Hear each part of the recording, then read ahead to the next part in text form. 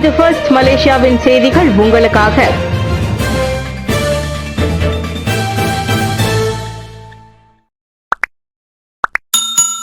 ஏசிஓவை அங்கீகரிப்பதில் அதன் உறுப்பு நாடுகள் ஒன்றுபட வலியுறுத்து.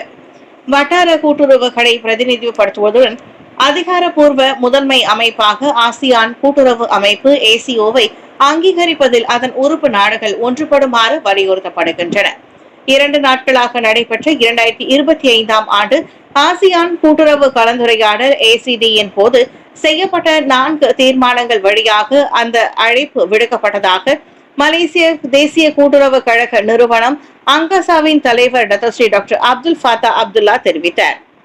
வருடாந்திர பொதுக்கூட்டம், ஏசிஓ துறை சார்ந்த பொதுக்கூட்டம், ஆசியான் கூட்டுறவு மன்ற கூட்டம் மற்றும் ஆசியான் கூட்டுறவு உயர்மட்ட கலந்துரையாடல் ACHLD 2025 ஆகியவற்றின் போது அந்த தீர்மானங்கள் முன்மொழியப்பட்டன. கூட்டுறவு சம்பந்தப்பட்ட அமைச்சின் பிரதிநிதி பதிவாளர்கள் ஆசியான் கூட்டுறவு உச்ச அமைப்பு மற்றும் மலேசியாவில் உள்ள முதன்மையான கூட்டுறவுகளின் கருத்துக்களின் அடிப்படையில் இந்த தீர்மானங்கள் செய்யப்பட்டதாக அவர் கூறினார்.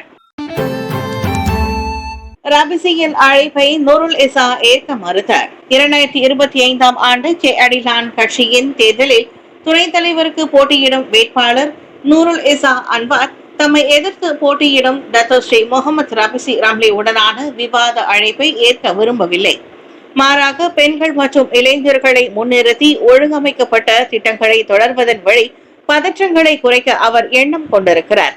எனது பிரதிநிதிகளை நான் மென்மேலும் ஆதரித்து வருகிறேன். பெண்கள் மற்றும் இளைஞர்களை முன்னிறுத்தி எனக்கு திட்டங்கள் உள்ளன. அதனால் இம்முறையை நான் விரும்பவில்லை.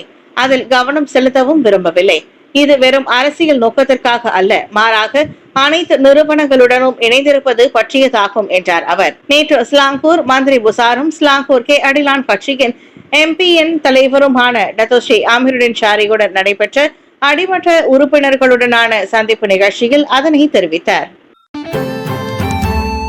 கூட்டுறவு கழகங்களின் பங்களிப்பை வலுப்படுத்த மலேசியா உறுதி பூண்டுள்ளது. வட்டாரத்தில் கூட்டுறவு கழகங்களின் பங்களிப்பை வலுப்படுத்தவும் நிலையான சமூக பொருளாதார வளர்ச்சியின் முக்கிய கூறுகளாக அவை தொடர்ந்து இருப்பதை உறுதி செய்யவும் மலேசியா உறுதி பூண்டுள்ளது.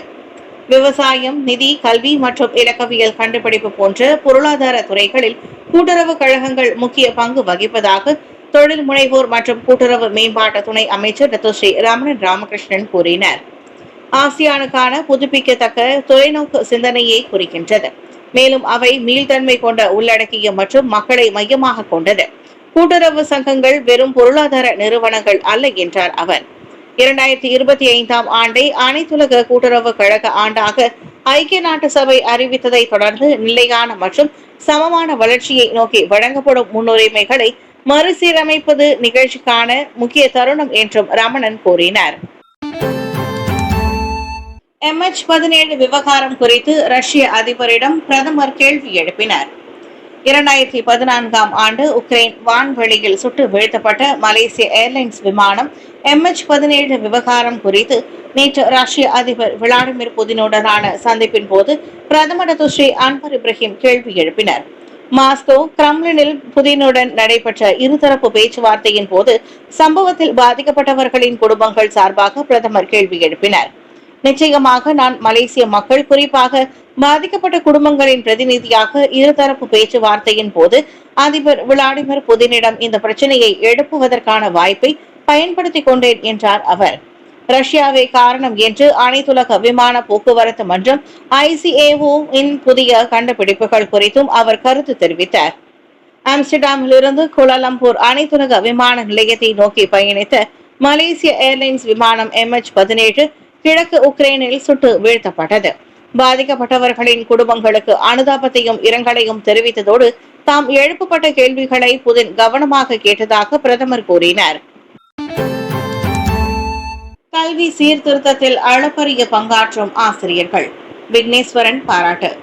கல்வி சீர்திருத்தத்தில் ஆசிரியர்கள் அளப்பரிய மற்றும் தியாக மனப்பான்மையோடு பங்காற்றி வருவது பாராட்டக்கூடியதாக இருப்பதாக மாய்காவின் தேசிய தலைவர் தான் ஸ்ரீ SA விக்னேஸ்வரன் தெரிவித்துள்ளார்.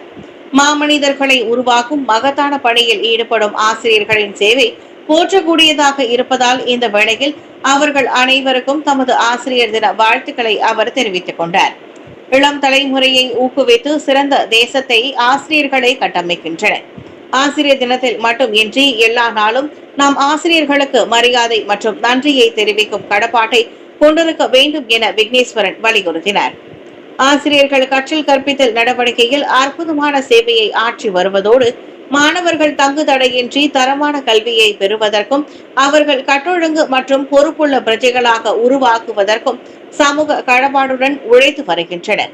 அவ்வப்போது நிகழும் தொழில்நுட்ப மாற்றங்களுக்கு ஏற்ப தங்களை மேம்படுத்திக் கொண்டு கல்வியில் மட்டுமின்றி புற பாடங்களிலும் மாணவர்களை சிறந்தவர்களாக உருவாக்கும் பணியை திறம்பட செய்ய வேண்டும். திறன்மிக்க பணித்தரத்தை உறுதி செய்ய ஏஐ பயன்படுத்துவீர்.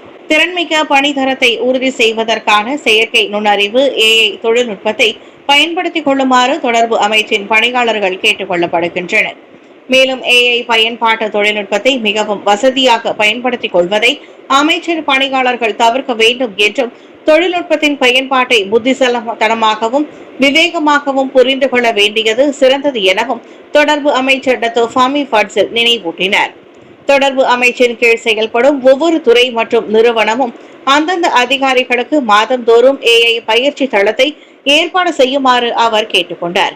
மேலும் சமூக ஊடக தளங்களில் போலி செய்திகள் பரவுவதை விசாரித்து தடுப்பதில் ஏஐ பங்களிப்பையும் முக்கியத்துவத்தையும் அவர் வலியுறுத்தினார். நேற்று கோலாலம்பூரில் நடைபெற்ற சிறந்த சேவைக்கான விருதான ஏபிசி வழங்கும் விழாவில் உரையாற்றிய போது ஃபாமி அவ்வாறு தெரிவித்தார். குற்றத்தை மறுத்த மலேசியரின் மரணத்திற்கு காரணமான சிங்கப்பூர் வாகனம் ஓட்டி. கடந்த வாரம் மே 9ஆம் தேதி ஜொஹூரில் உள்ள 2வது இணைப்பு விரைவு சாலையில் செகண்ட் லிங்க் எக்ஸ்பிரஸ்வேயில் நடந்த விபத்தில் ஆபத்தான முறையில் வாகனத்தை செலுத்தி மோட்டார் சைக்கிள் ஓட்டுநரின் மரணத்திற்கு காரணமான சிங்கப்பூர் மெசரிட்டி வாகன ஓட்டுநர் நீதிமன்றத்தில் நேற்று தன் குற்றத்தை மறுத்துள்ளார். 27 வயதான இர்ஷாத் அப்துல் ஹமீத் சாலை விதிகளுக்கு எதிராக யூ டர்ன் செய்யும் போது தலை மற்றும் இடது காலில் பலத்த காயங்கள் ஏற்பட்டு 32 வயதான வசந்த்ராஜ் சம்பவ இடத்திலேயே இறந்துவிட்டதாக இஸ்கந்தார் புத்ரி காவல்துறை தலைவர் எம் குமரேசன் தெரிவித்துள்ளார். இந்நிலையில் தனது குற்றத்தை மறுத்துள்ள இர்ஷாத்திற்கு 12,000 ரிங்கிட் ஜாமீன் விதிக்கப்பட்டதோடு அவருடைய ஓட்டுநர் உரிமத்தையும் தற்காலிக இடைநிறுத்தம் செய்யவும் உத்தரவிடப்பட்டுள்ளது. மேலும் வழக்கை மீண்டும் பரிசீலித்து தக்க ஆதாரங்களை சமர்ப்பிப்பதற்கு நீதிமன்றம் ஜூன் 10ஆம் தேதியை நிர்ணயித்துள்ளது. தேர்ச்சி விஷயத்தில் சிறந்த மாணவர்களுக்கான வாய்ப்புகளை மறுக்காதீர். சிவராஜ் கோரிக்கை. SPM தேர்வில் அனைத்து பாடங்களிலும் நிலையில் தேர்ச்சி பெற்ற மாணவர்களுக்கு எந்த பாரபட்சமும் இன்றி மெட்ரிகுலேஷன் வாய்ப்புகள் வழங்கப்பட வேண்டும். இதில் A+, இரண்டையும் சேர்த்து கொண்டு A- தேர்ச்சியை மட்டும் ஒதுக்குவது நியாயம் அல்ல. மிகச்சிறந்த மாணவர்களுக்கு மட்டுமே வாய்ப்பு வழங்குவதாக அதற்கு கல்வி அமைச்சு நியாயம் கற்பிக்க முயலுவதும் சரியல்ல என செனட்டர் டாக்டர் சிவராஜ் சந்திரன் கூறினார். தேர்ச்சி என்பது A+, A- ஆகிய மூன்றையும் குறிக்கும் என நம்பிக்கை கொண்டுள்ள மாணவர்களுக்கு இது பெரும் ஏமாற்றத்தை கொடுத்துள்ளது. இது போதாதென்று குறைந்தது 10 பாடங்களில் பெற்றிருக்க வேண்டும் என்றும் நிபந்தனை மேம்படுத்தப்பட்டுள்ளது. ஆனால் எல்லா மாணவர்களும் 10 பாடங்களை எடுப்பதில்லை, எடுக்க வேண்டிய கட்டாயமும் இல்லை. பலர் 9 பாடங்களை எடுத்து அதில் மிக சிறந்த தேர்ச்சியை பெற்றுள்ளனர். எனவே குறைந்தபட்சம் 10 பாடங்கள் என நிர்ணயித்தால் அவர்களுக்கு அது நியாயமாக இருக்காது. கல்வி முறையில் அடைவு நிலை ஒருமுகப்படுத்தலை விட வாய்ப்பு சமத்துவமே முக்கியம் என நேற்று வெளியிட்ட அறிக்கையில் சிவராஜ் வலியுறுத்தினார். மலேசியா தென்கொரியா இடையிலான வர்த்தக பேச்சுவார்த்தை சுமூகமாக நடைபெறுகின்றது. கோலாலம்பூரில் நடைபெற்று வரும் மலேசியாவிற்கும் தென்கொரியாவிற்கும் இடையிலான தடையற்ற வர்த்தக ஒப்பந்தம் FTAவுக்கான பேச்சுவார்த்தைகள் சுமூகமாக நடைபெற்று வருகின்றன. இவ்வாண்டு அக்டோபர் மாதம் நடைபெறவிருக்கும் ஆசியான் தலைவர்களுக்கான உச்சநிலை மாநாட்டில் அவை இறுதி செய்யப்படும் என்று இலக்கு கொண்டுள்ளதாக முதலீடு, வர்த்தகம் மற்றும் தொழில்துறை அமைச்சர் தெங்கு டாக்டர் ஸ்ரீ சப்ருல் தெங்கு அப்துல் அசீஸ் கூறினார்.